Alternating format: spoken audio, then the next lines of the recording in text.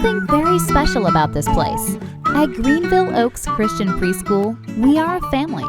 We begin by building relationships with our students, knowing that feeling safe and loved opens the door for learning.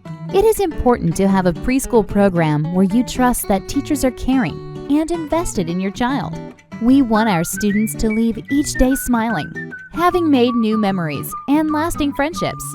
We believe that a child learns best through hands-on experiences and play. We provide a safe environment that encourages children to explore the world around them and guides them toward the skills they need to be ready for kindergarten. We know that children are constantly learning from the world around them. That's why we foster curiosity at every stage of development and tailor our activities to teach them life skills and values that will help them as they continue to grow. Here at Greenville Oaks Christian Preschool, we are passionate about giving the children of today a bright future. We do this through our kindergarten readiness curriculum using a learn and play format that promotes development in literacy, math, science, and social and emotional well-being through hands-on experiences.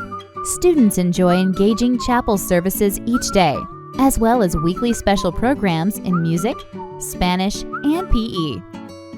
We focus on developing the mind and the body through unique experiences, including STEAM and even yoga. We know that family and community play a large role in a child's development, and that is why we invite parents to participate in fun events year-round, like our Thanksgiving feast.